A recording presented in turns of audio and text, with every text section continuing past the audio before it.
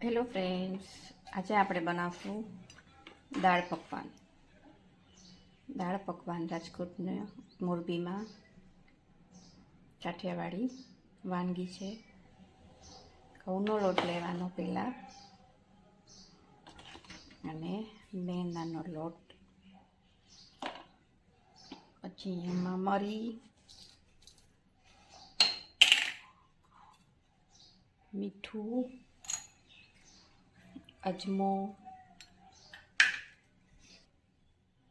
તેલ નાખશું અને રોટલી કરતાં સહેજ કઠણ લોટ રાખવાનો, તો જ પકવાન સરસ ક્રિસ્પી બનશે. લોટ બંધાઈ ગયો છે. હવે આપણે દાળ પકવાન એકદમ પાતળા વણવાના. જો આ પકવાન આવી રીતે વણી લેવાના, પછી આમાં ચમચીથી સાણા પાડી દેવાના, તેથી ક્રિસ્પી લાગે.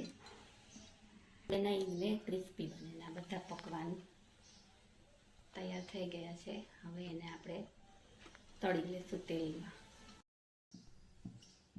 હવે આ પકવાન આપણે તળી લેવાના. તળવામાં એને ફેરવાના, પછી પહેલાં આવી રીતે આમ કરતું રહેવાનું, એટલે ક્રિસ્પી અને કડક થાય. આવી રીતે બધા પકવાન આપણે તળી લઈશું. આ પકવાન તળાઈ ગયું છે આપણું. આ પકવાન બધા બની ગયા છે.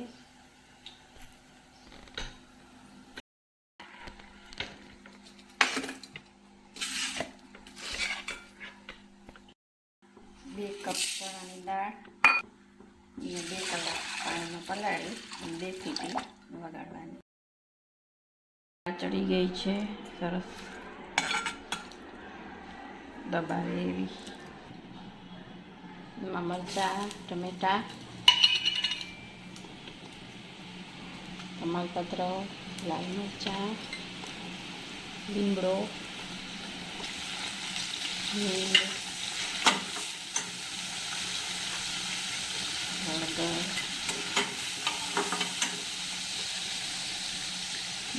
હવે દાળ નાખવાની. દાળ નાખી દેવાની અંદર. કાશ્મીરી લાલ મરચું,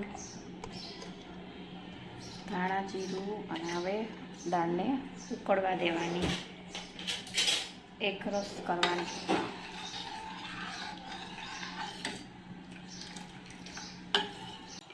દાળ પકવાન તૈયાર છે. એમાં ચાટ મસાલો સ્પ્રિંકલ કરશું.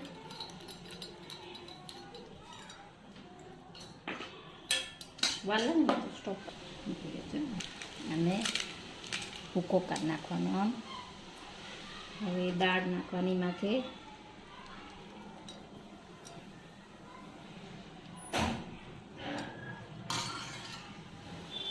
પછી ડુંગળી નાખશું,